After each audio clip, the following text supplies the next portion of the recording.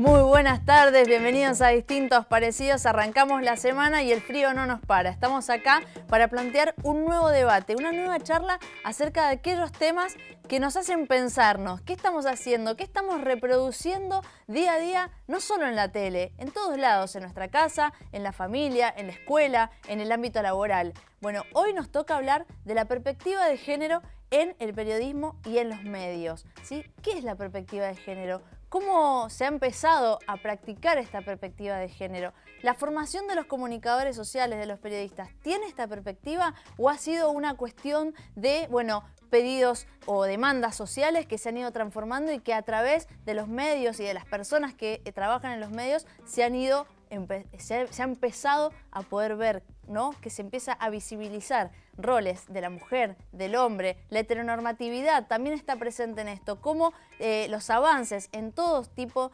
de esto, de los roles, de los géneros, de la identidad sexual, de la identidad de género, empiezan a verse también en el discurso de lo mediático y del periodismo. Nos vamos a meter en todo esto hoy en Distintos Parecidos. Periodismo con perspectiva de género es mirar la realidad de otra manera, básicamente introduciendo una pregunta fundamental que es cómo afecta a este hecho cualquiera de la realidad, cómo afecta a mujeres y a varones de manera diferente. Las nuevas masculinidades, el lenguaje no sexista, son cuestiones que se plantearon fundamentalmente para promover los cambios culturales.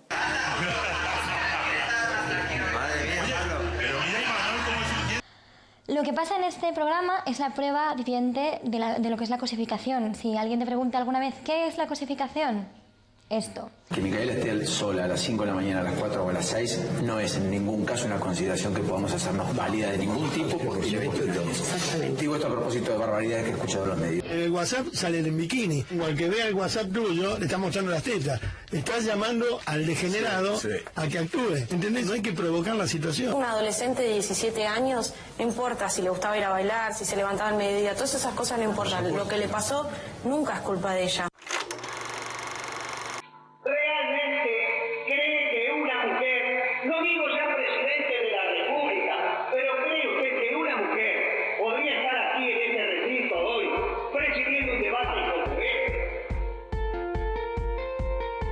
Algunas conquistas nos han llevado tiempo, pero no hubieran sido posibles sin debate y sin discusión de ideas.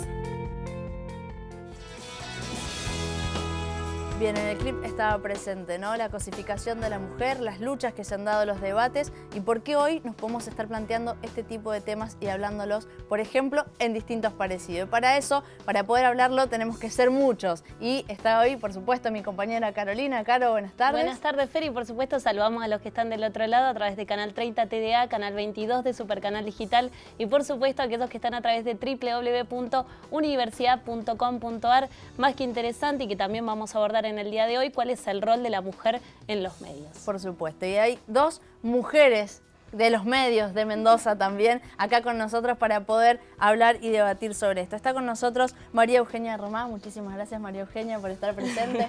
Gracias a ustedes por la invitación. También está Ana María Vega, muchísimas gracias. Presente Ana, también. Periodista Muchas y parte gracias. también de Red Park. Muchísimas Así gracias. Bueno, tenemos mucho para hablar. Fuera de aire ahora estuvimos hablando un montón. Seguramente la hora nos queda corta, se los aviso por las dudas. Así que arrancamos rápido. Arrancamos y vamos a la columna del día de hoy. Principalmente vamos a ver en qué consiste la Red PAR y está relacionada, que está integrada por periodistas de Argentina que luchan por una comunicación no sexista y hace foco en la perspectiva de género. Fue fundada en noviembre del 2006 y tiene actualmente más de 100 integrantes de toda Argentina. Su motivación es la incidencia para democratizar la comunicación y para ello promover y desarrollar la perspectiva de género en la comunicación. Desde el inicio han llevado a cabo diferentes acciones destinadas a promover la perspectiva de género, como bien decimos, en el ámbito de la comunicación, entre ellas capacitaciones, sensibilizaciones, campaña contra la violencia mediática y, por supuesto, la incidencia para la inclusión de la perspectiva de género en las carreras universitarias de periodismo y comunicación social, otro tema que vamos a hablar en el día de hoy. Tal cual, el tema de la formación es fundamental para hablarlo. Pero primero, para que todos sepamos de qué estamos hablando, quisiera pedirles que definan la perspectiva de género. ¿Te animás, Ana, a hacer la primera? Sí, por supuesto. Vamos a ver la perspectiva de género en general, podría decirse, y después la llevamos a la comunicación. Bien. La perspectiva de género tiene que ver con un planteo sociológico desde hace muchos años que se viene desarrollando y que pone el foco en dos aspectos fundamentales. Primero, la separación del sexo, que es todo lo biológico, del género, que es lo social, lo cultural, lo construido en las diversas sociedades. Bien. Y en una misma sociedad, en los diversos momentos de la historia. No es lo mismo ser mujer hoy, en el 2018, en Mendoza, que ser mujer en el 2005 o en 1900 en Mendoza. ¿Sí? Eso es un aspecto. Y entonces, a ver, biológicamente somos lo mismo. Tenemos una vulva, tenemos un útero, tenemos trompas de falopio, tenemos ovarios, que es lo que nos diferencia de los varones. Pero el concepto de lo que es ser mujer es distinto. Perfecto. Eso es el género, ¿sí? Esa es una diferenciación. Entonces, no hablamos de lo natural, sino que hablamos de lo socialmente construido. Y el otro aspecto es que en esta construcción social hay una divergencia, una diferencia, podríamos decir, entre el poder y el valor que la sociedad adjudica a la mujer y al varón. Bien. Donde las mujeres estamos en, podríamos decir, con menor acceso al poder en muchísimos aspectos, ¿sí? Y está desvalorizado el rol femenino. Y esa diferencia biológica, que es lo que nos hace que podamos gestar, por ejemplo, si lo deseamos, nos replegó al ámbito privado y nos aisló a esos espacios y se dio por biológico algo que era cultural. Entonces, cuando hablamos de perspectiva de género, ponemos, como decía la colega allí en el clip primero, ponemos el ojo y tratamos de visibilizar esos aspectos que la sociedad trata de plantearlos como biológicos, como naturales, y no lo son. Bien. Son socialmente construidos. Y como son socialmente construidos, se pueden deconstruir. Y en ese camino estamos, en que en los medios de comunicación, que tenemos un altísimo impacto sobre la opinión pública y sobre la construcción de sentido, podamos decir, ojo, esto es cultural, no es biológico. Y nos están, digamos, presionando y nos están posicionando en un sentido de, bueno, que nos quitan derechos. ¿Sí? Claro, cuando Ana habla del peso cultural, habla de esa manera en que nosotros vemos el mundo, es decir, la manera que aprendimos a ver el mundo, la ven nuestros compañeros varones y en cierta forma la ven muchos de nuestros hijos, porque hay mujeres que están criando de la misma manera a sus hijos. Recién escuchaba en el informe hablar de la cosificación de la mujer. Sí. Podemos hablar de muchos otros factores que hacen que nosotras no podamos estar en un plano de equidad. A veces silenciar, omitir, no mostrar es peor que cosificar. A veces relegar a la mujer solamente al plano de víctima, y entonces si hay que atenderla o escucharla porque es víctima, no está reconociendo en todo su espectro sus derechos. ¿Sí? Entonces, esa simplificación creo que es con lo más difícil con lo que tenemos que lidiar. Nuestro mundo está lleno de estereotipos. Nacimos, crecimos y entendimos el mundo a través de esos estereotipos. Y es un peso que a veces cuesta decírselo a ciertas personas. Digo, es un peso que también sufren los varones. Claro. Hay muchos varones que viven con ese mandato de ser el macho protector, proveedor, el que todo lo tiene que saber. Digo, estereotipos que también se muestran en la tele, ¿no? Por supuesto, quizás más burdamente. Entonces uno ve a esa chica prácticamente semidesnuda, entonces sí, bueno, obviamente todos sus atributos femeninos, su belleza, su cuerpo, lo que sea, está puesto ahí de manifiesto. No sé ni lo que piensa, no sé si puede dar más de sí para ese programa tal o cual, pero evidentemente lo que quieren de ella es eso. Exacto. Eso es una simplificación a la que ya estamos, bueno, muy acostumbrados. Digo, pero el rol del hombre también hay que construirlo, por eso las nuevas masculinidades al momento de mostrar algo. Absolutamente, ¿no? Mirá las ficciones en televisión, por ejemplo. En este sentido, en esta deconstrucción que están haciendo los varones, hay dos aspectos fundamentales y que me parece que van en progresión y son muy enriquecedores. El primero, mirar estas diferencias, ¿no? Y tratar de poner equidad en cuanto a lo que a ellos les compete. Digo, lo de la casa, cuando dicen yo ayudo, empezar a cambiar el mensaje, decir yo hago lo que me corresponde porque este techo Ayudás es... cuando no es tu responsabilidad, Claro. es de otro, pero bueno, Exacto. yo te ayudo. Ese es un aspecto. Sí. Y el otro que me parece muy, muy interesante, que lo están haciendo más los chicos más jóvenes, es darse cuenta de los privilegios. Que es como algo hilar mucho más fino, ¿no? Decir, a ver, a esto que estoy accediendo yo, ¿por qué yo puedo andar a las 3 de la madrugada en la calle y no me pasa nada en general y no corro riesgos, ¿sí? Cuando lo mismo no lo puede hacer una chica de mi misma edad, ¿no es cierto? Porque yo me puedo poner lo que se me dé la gana y todas mis compañeras de la escuela o del trabajo tienen que mirarse y analizarse si lo que se van a poner de ropa no va a provocar, como decía Babi, que la violen. Mira, ¿sí? y sacalo del ámbito de la seguridad y llevarlo al ámbito del ejercicio del poder. Muchas de las mujeres, Ana, yo, que hemos estado en ciertos espacios de poder dentro de los medios de comunicación, hemos tenido que ejercer el poder de una manera masculina, de una manera fálica. Porque en ese momento, y bien lo dijo Ana, no somos las mismas, ni son las mismas las chicas de ahora que las que éramos nosotros, no había otra manera de ejercer el poder para poder, digamos, sentir respeto del otro lado. Eso es una enorme injusticia. Bueno, y ahí está también la construcción del hombre y la visión de ese estereotipo de hombre y de cómo tiene que ejercer el poder el hombre. Exactamente. Otra manera de imponer, construirse. Exacto. Y cuando lo construís desde otro lugar, desde un lugar más horizontal, más conciliador, más de consenso, se ve como una muestra de debilidad porque sos mujer, cuando en realidad a la larga lográs demostrar que el consenso y no la imposición fálica, como vos decías, ¿sí? Del yo todopoderoso, termina dando más resultados porque llegás a la gente con la que estás trabajando de una forma donde le das entidad al otro o a la otra como persona valiosa. Claro. Escuchás y hay un feedback. ¿Qué pasa hoy? Digo, ya nos empezamos a meter en esto del ámbito laboral en sí dentro de los medios. Con esa perspectiva de género en el trato de entre compañeros. Después nos metemos en lo que es contenido y todo eso, pero ¿cómo se trabaja hoy con la perspectiva de género? Y ustedes hablaban del ámbito de la universidad, donde uno aprende procedimientos, aprende contenidos, un montón de cosas que después aplica al trabajo de todos los días. Yo creo que desde ahí ya viene esa simetría absoluta, absoluta. Mujeres relegadas al segundo plano, mujeres que tienen que estar todos los días validando, digamos, sus conocimientos, sus habilidades.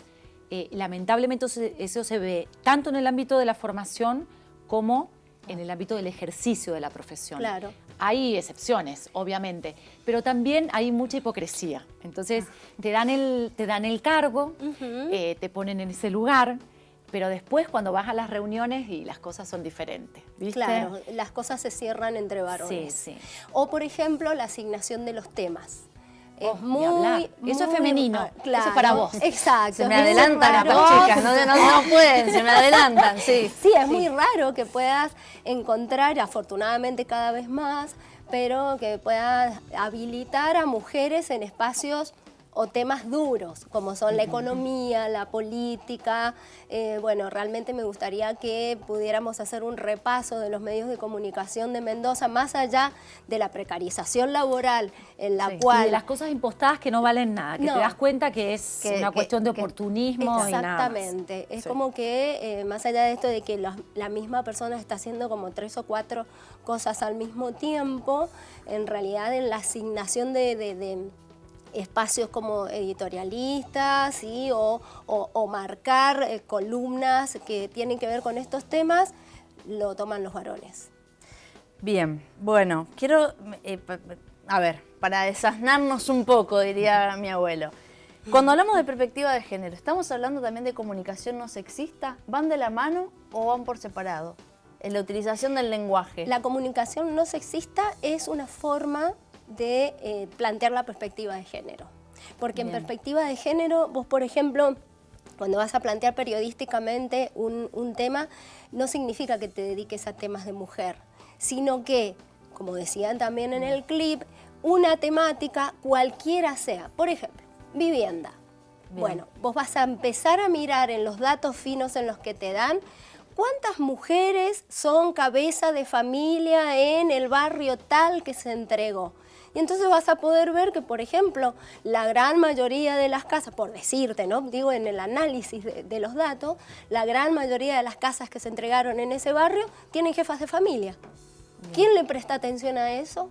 En general no, ese dato no está. Bueno, esa es una cuestión.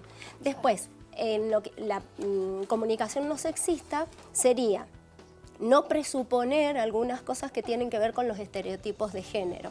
Claro. Y poder visibilizar cuando está ese sentido común que en realidad no es tal, sino que es algo construido culturalmente. ¿Se entiende? Sí. Entonces, cuando vos vas a plantear, por ejemplo, volvamos con lo que estábamos hablando recién, de las chicas que están con poca ropa y que son mostradas, bueno, pero si ellas, la comunicación sexista te diría, pero si ellas se lo buscan, ellas van hacia eso, ellas quieren estar desnudas y así quieren triunfar. Y en realidad lo que uno tiene que plantear es que tenemos una sociedad que valora, ¿sí?, la exposición del cuerpo femenino como una casi única posibilidad de triunfo, ¿no? Entonces eso sería, y poder desarmar esa trama invisible que existe. Que es una trama invisible, ¿por qué? Y porque estamos muy acostumbrados, porque estamos tan inmersos siempre lo hemos visto en la misma, siempre lo hemos visto. Y hacernos pensar, a veces uno espera del periodismo, o muchos esperan del periodismo sentencias, ¿viste? ¿Esto es así o es así? Digo, el periodismo muchas veces te hace mejor cuando te hace pensar, cuando te deja la pregunta, cuando te deja esa inquietud. Digo, bueno, en estos días estamos hablando mucho sobre el proyecto de legalización del aborto. Yo escucho a muchos varones opinar sobre eso. Y entonces me pregunto, digo, ¿cuántos varones tienen hecha la vasectomía, por ejemplo? Entonces digo, hay un cierto momento en que les viene muy bien hablar sobre la potestad que la mujer tiene sobre su cuerpo, sí, ¿no? Y la decisión de interrumpir o no un embarazo. Ahora, cuando se decide, no queremos tener más hijos, pone tu cuerpo, ¿sí? Y no estoy hablando de todos los varones. Dato, 130 ligaduras tubarias por una vasectomía en el país. Entonces digo, cuando uno se pregunta desde ese lugar, y simplemente se pregunta, ¿sí?, y simplemente mira eso, estás actuando con perspectiva de género. Claro. Bien, siempre lo tratamos de plantear desde el programa esto, ¿no? No dar algo ya por hecho, sino el cuestionarse, el ir a preguntarse, bueno, ¿qué pasa con esto? ¿Lo damos ya por absoluto o lo podemos cuestionar, lo podemos buscar la vuelta? Bueno, eso es lo que estamos planteando hoy también desde este programa, que se llama Perspectiva de Género en los medios y en el periodismo. Tratando de esto, ¿no? La responsabilidad de lo que estamos diciendo y la reconstrucción o la deconstrucción de las realidades que tenemos. Los vamos a invitar a que ustedes también participen en nuestras redes. Estamos en Facebook y en Instagram como Distintos Parecidos y en Twitter como @dpsenalú. Enseguida volvemos con más Distintos Parecidos.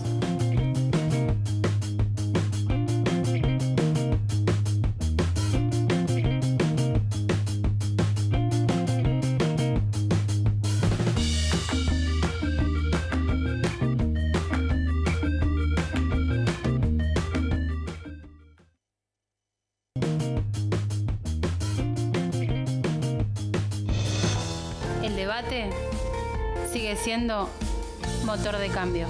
El sexismo es un mecanismo por el que se concede privilegio a un sexo en desventaja con el otro.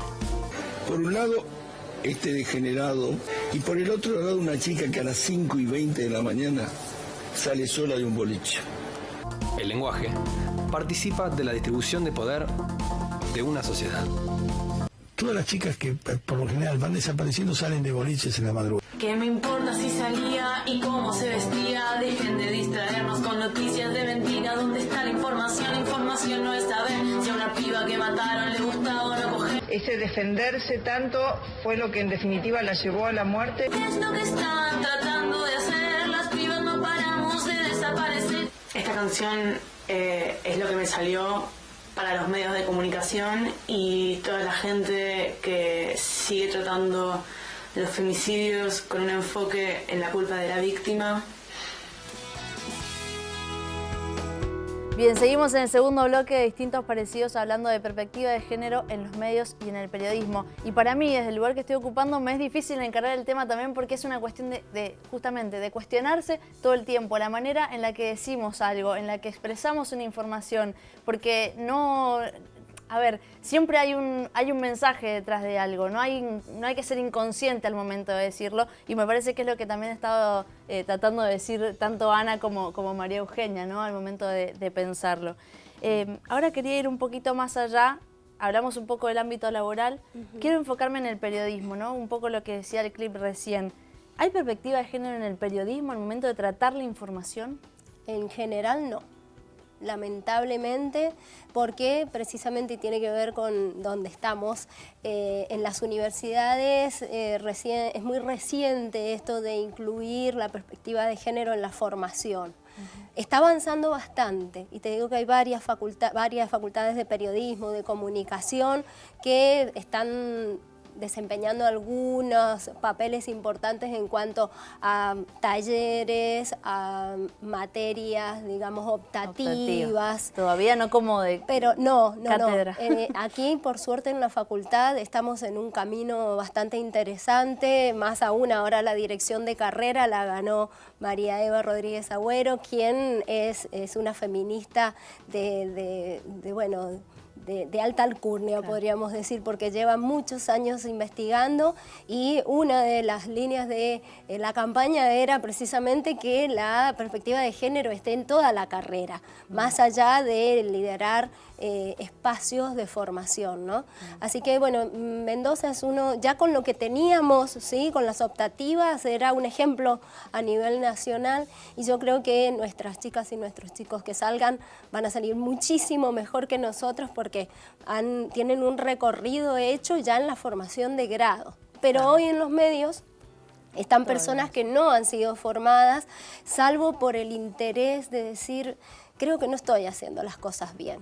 Y en esto la Defensoría del Público tuvo un rol fundamental, porque Mendoza ha sido, bueno, motivo de varias denuncias en la Defensoría del Público de la Nación por mensajes sexistas. Y bueno, y la Defensoría actuó enviando, como no es punitiva. Claro. Lo que hace la Defensoría, lo hizo en el medio para el que yo trabajaba hace poco, que no solo es objetarte, digamos, la acción que salió al aire, sino enviar un equipo que va a formar a todos los que quieran, ¿sí? Asistir a esa clase o ese par de clases para entender un montón de problemáticas y cosas que tienen que ver con la práctica de todos los días. Que no es el no por el no, sino que hay una explicación a que eso no tenga que salir. Además es, bueno, sentémonos, reflexionemos qué está pasando, por qué no estamos haciendo buenas prácticas. Fíjate que cuando vos hablabas de las trayectorias universitarias, no pasa solo en comunicación. Hablas con gente que cursó psicología, sociología y no tuvieron nunca el contenido perspectiva de género. Jamás. María Eugenia y Ana María, consultarles a las dos, ¿hay interés por parte de los medios mendocinos en incluir la perspectiva de género al momento de abordar las problemáticas? Mira, hay cierta resistencia, yo creo que más por ignorancia y por comodidad que por otra cosa, porque creo que el desafío de hacer las cosas mejor todos los días, al margen de las posturas personales, hay algunos temas que digamos, que son más difíciles de consensuar entre los equipos o con los compañeros. A mí me ha pasado pensar absolutamente diferente a mi compañero y poder al aire expresar las diferencias y no por eso no cumplir con el oyente o con el televidente. Lo que sí creo y que me parece mucho más preocupante es una gran ignorancia. Así como no se anima a los equipos a perfeccionarse, actualizarse. ¿Sería ignorancia por parte de quién? Ignorancia, bueno, la primera, la de uno, digamos, la del periodista que tiene que estar todos los días, digamos, atento a lo que ocurre alrededor, incorporando nuevos términos, entendiendo lo que le está pasando a la sociedad. O sea, yo el otro día posteaba en mi Facebook algo muy simple y tuvo muchísima repercusión, ahora que estoy off de los grandes medios. Y era, digamos, la calle era una marcha multitudinaria de Ni Una Menos, absolutamente verde. La tapa de Clarín y la tapa de La Nación no hablaba de eso. Ni siquiera hablaba de algo tan contundente. A ver, puede haber un tema, uno discute, digamos, en la mesa de trabajo y dice, bueno, ¿qué es noticia hoy? Aplica lo que nosotros llamamos criterios de noticiabilidad. ¿Sí? Entonces, por uno u otro atributo de ese hecho, ese acontecimiento o ese tema, para mí noticia es esto, tiene que ir en tapa, tiene que estar digamos, tiene que tener un abordaje profundo o un abordaje desde distintas miradas. Pero eso ahora, si la calle se te llenó de gente, no hay manera de que no hables de eso. ¿Pero eso ¿Entendés es lo que te quiero decir? ignorancia o es hacer silencio? No, bueno, eso es deliberado, ¿sí? Claro. Lo que digo es, vos como periodista, todos los periodistas, al margen de nuestro editor, llevo muchos años como editora, tenemos nuestro espacio de libertad. Todos tenemos nuestro espacio de libertad. Cuando se prende la cámara, cuando se prende el micrófono, vos tenés la posibilidad de hablar de ciertas cosas. Después sí existe la bajada de línea y un montón de cosas que no vamos a negar. Claro. ¿sí? Bien. Pero es un aspecto importante lo que estás diciendo porque yo he ido a muchas capacitaciones y formaciones, más que nada por mi curiosidad desde hace muchísimos años. Y sabés que siempre veía estudiantes de comunicación y nunca había ningún editor o editora en esos espacios. ¿Sabés qué, Ana? Te voy a cortar, discúlpame, pero Sí. quiero volver a eso, ¿no? Esto de el autodidacta en este Sí. tipo de temas, ¿no? Y la curiosidad y las ganas de cada uno, y quiero volver a eso también en cuanto a la formación. Pero antes vamos a ir a una comunicación telefónica. Está con nosotros Mariano Fioqueta, periodista, parte también de Red Par. Mariano, buenas tardes. Fernando Oviedo te saluda.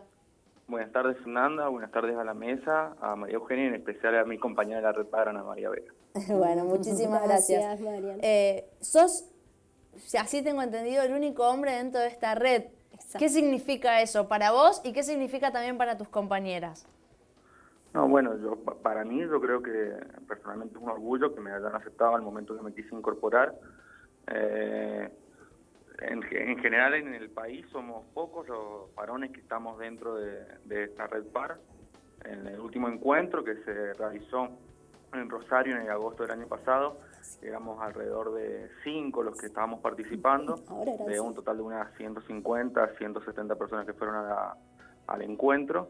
Y bueno, para mis compañeras creo que también es importante que de a poco los varones también nos vayamos involucrando en esta temática, intentemos trabajar con perspectiva de género, utilizando una comunicación no sexista y entendiendo el rol que cumplimos dentro de esta lucha tan grande que están llevando los colectivos de las mujeres y en particular en la comunicación, porque creo que al entender los privilegios que tenemos como varones, también esto en cierta parte ayuda para algunas personas que no lo comparten o que hacen que sea más difícil la lucha dentro de los medios de comunicación, que un varón también la apoye, porque muchas veces lo que ocurre es que como ven que un varón también apoya esta lucha, en algunas ocasiones lo pueden legitimar más por los mismos prejuicios que existen. Claro. Bueno, a eso quería ir, ¿no? ¿Cómo es tu relación con tus compañeros, ¿sí? Y cuál es la recepción que tienen que vos seas parte de esta red y, bueno, y tu perspectiva de género al momento de tratar los temas? Bueno, en general, a ver, yo trabajo en el diario Sitio Andino y en general lo que ocurre es que, por ejemplo, en la práctica cotidiana, generalmente termino haciendo los temas de género yo, o tocando los temas de género yo. Yo no sé si esto es mejor o peor, pero en todo caso, a veces, como también trabajo en la sección política, se ayuda a que trate de trabajar los temas de política desde perspectiva de género, que en general mucho no se tratan, porque lo que ocurre es como lo que decían las chicas anteriormente, las mujeres le dan los temas femeninos o los temas más que se entienden como livianos, y generalmente a los varones nos terminan dando temas más pesados como economía o política. Entonces a veces generalmente se da esa dinámica dentro de la redacción. Mariano, Carolina te saluda. Quería consultarte qué aspectos tenés en cuenta al momento de trabajar y alcanzar y lograr una comunicación no sexista en tu medio. Bueno, en primer lugar, la utilización del lenguaje no sexista, en realidad el uso no sexista del lenguaje, por decirlo de alguna forma, de manera en que no queden invisibilizados ninguno de los géneros.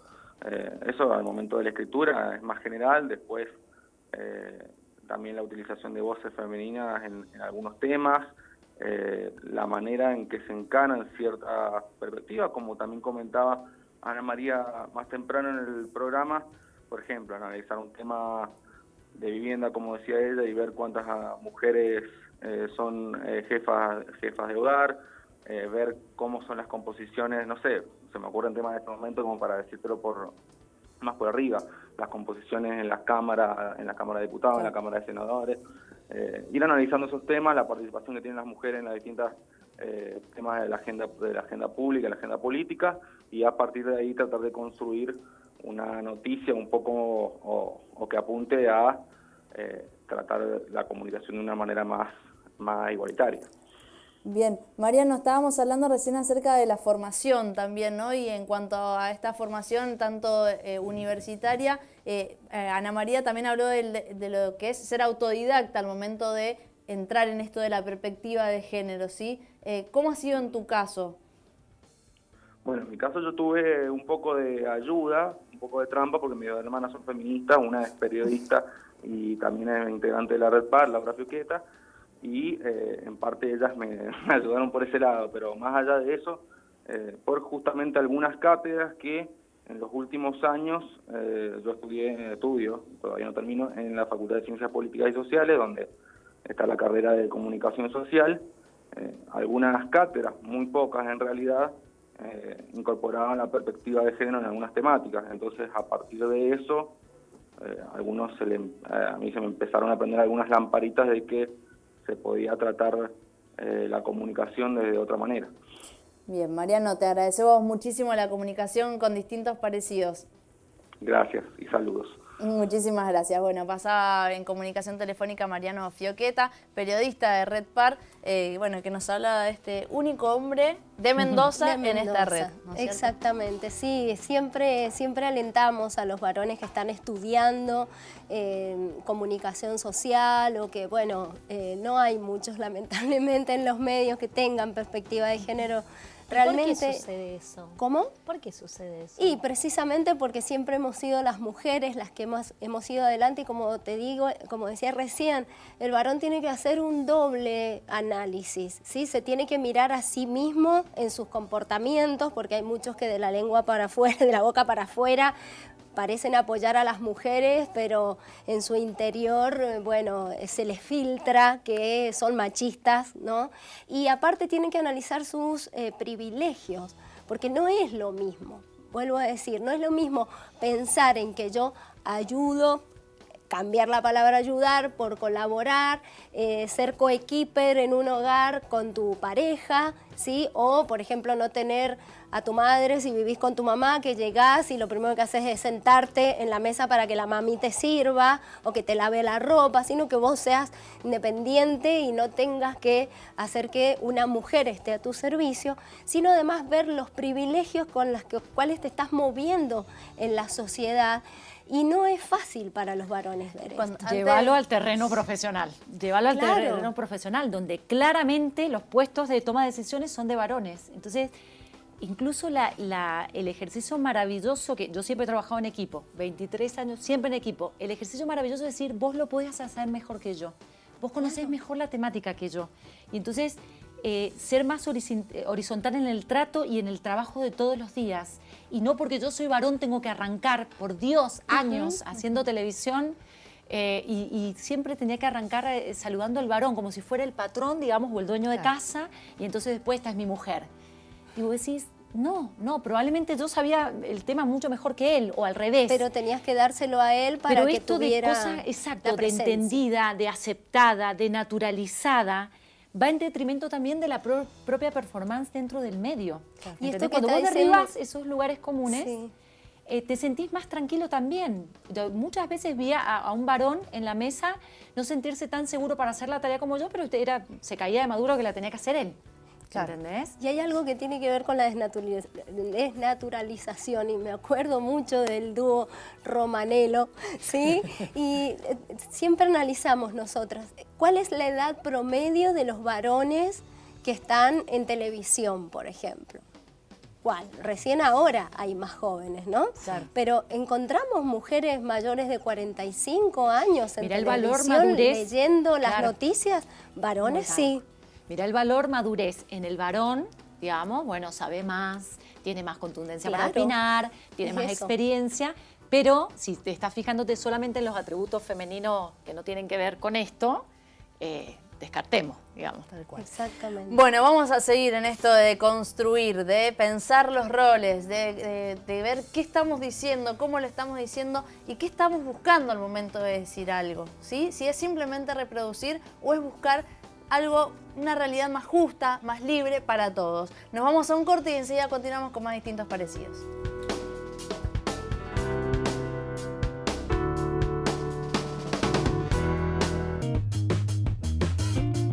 Llegamos al tercer bloque de distintos parecidos. No quisiera que fuera el último porque es un tema para seguir hablándolo muchísimo más. Y en este caso, en cuanto a la perspectiva de género, quería hablar, y lo dije al principio, pero lo dije mal, dije identidad sexual, identidad de género. Bueno, el tema es cómo la perspectiva de género va más allá de la cuestión de hombre o mujer. Y esto, Ana, quería que lo habláramos también. Sí, y esto también surge de los movimientos feministas, porque ¿se acuerdan cuando yo les expliqué al principio donde veíamos que todo lo que tenía que ver con lo femenino estaba considerado como de menor valor?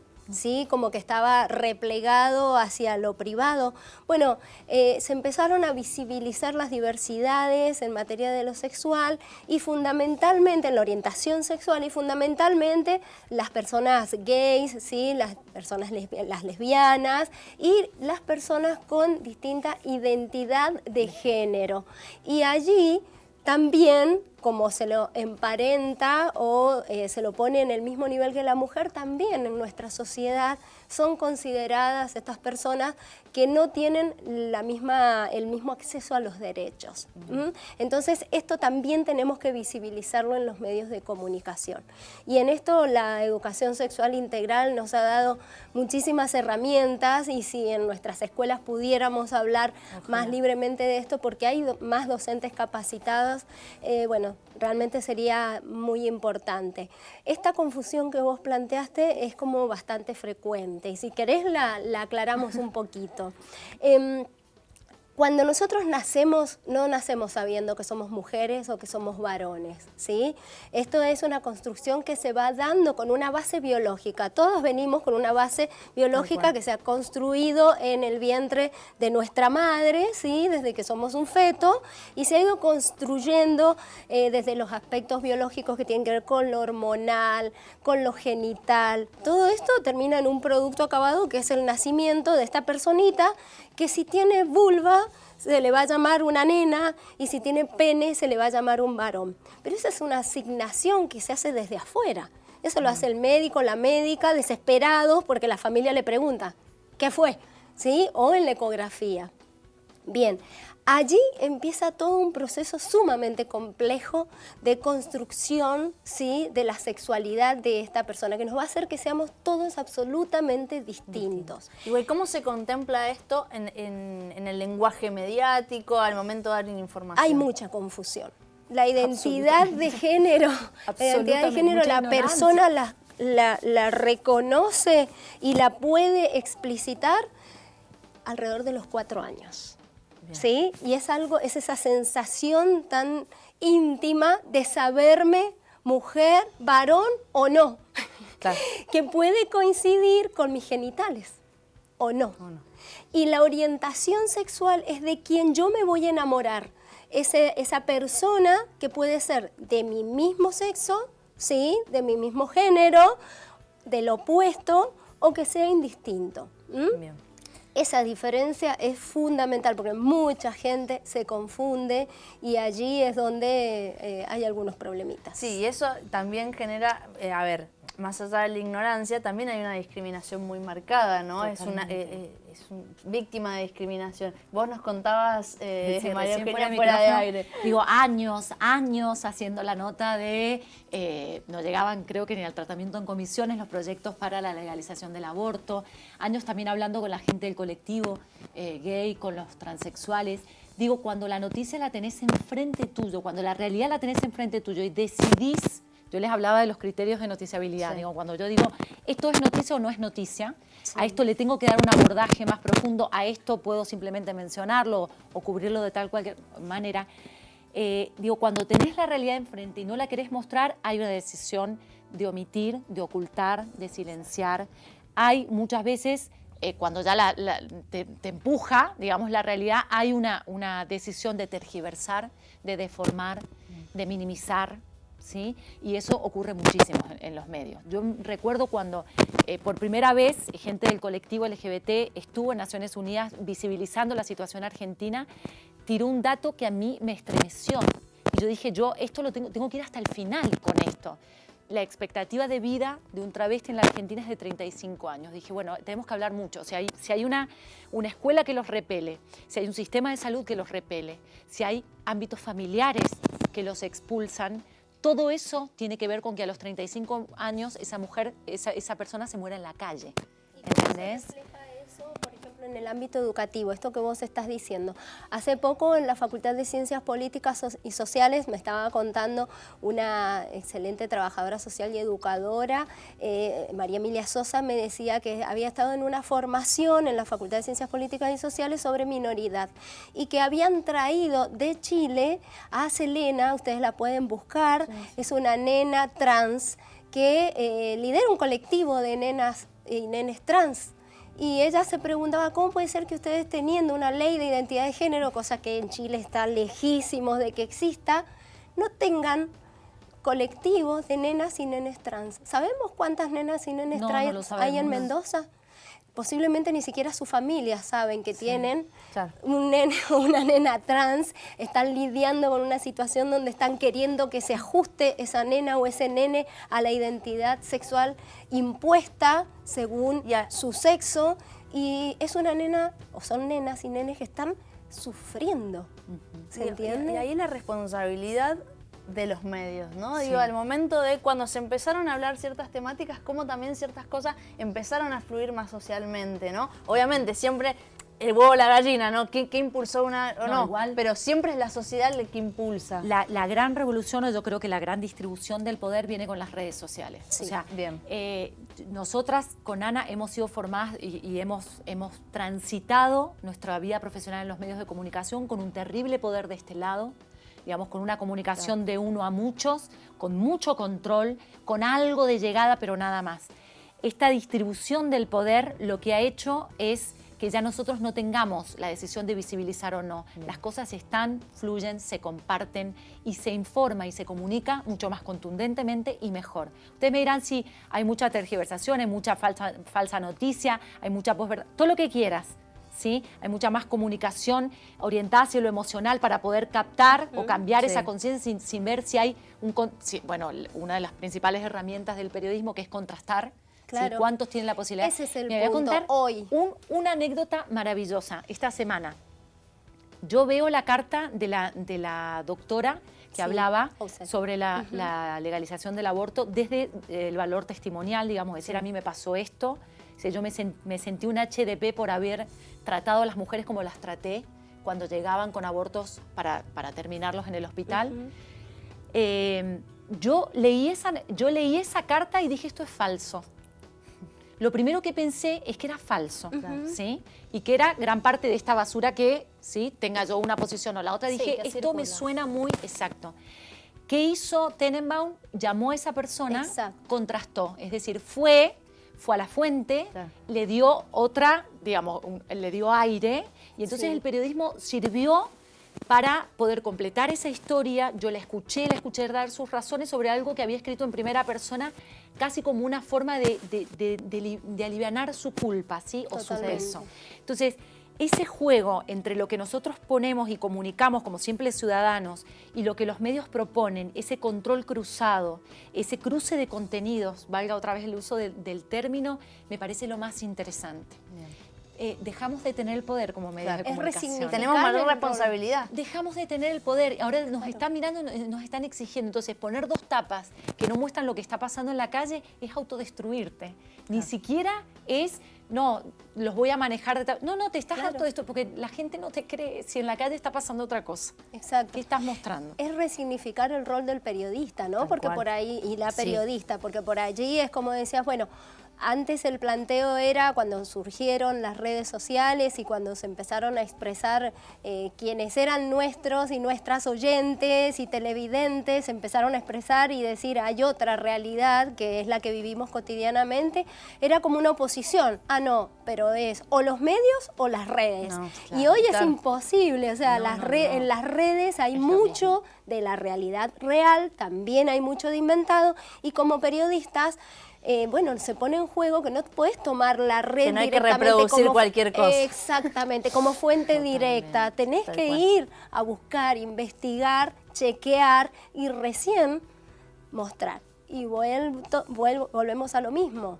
¿Cuánto hay en los medios de comunicación de irresponsabilidad, ¿no? Por reproducir directamente lo que aparece en las redes como fuente? Y después escuchar, digo, el tema, por traer de nuevo la legalización del aborto, uno como periodista dice, bueno, busco una fuente para hablar sobre este tema, alguien que conozca el tema, la problemática, etcétera. Digo, si yo estoy escuchando y estoy leyendo a muchas mujeres hablar de su libertad, de su sexualidad, de sus posibilidades de goce, hay un montón de temas que se desprenden de este gran tema. Claro. Entonces, ¿por qué no tratar eso? ¿Por qué hay tanto miedo? ¿Viste que los varones tienen miedo a hablar de esos temas? Ojo, cuando hablábamos... Y perdón que te corte ahí, María Eugenia, pero a veces no es solamente el varón. Digo, hay muchas mujeres que también se resisten. También. Digo, porque a veces cuando en esto de escucharnos también a nosotros mismos, también escuchamos y pelea hombre-mujer y no pelea hombre-mujer, al contrario. Son procesos que tienen tanto las mujeres como los varones de deconstruir este machismo que está en nuestra sociedad y el patriarcado, de poder mirar esos hilos que nos manejan.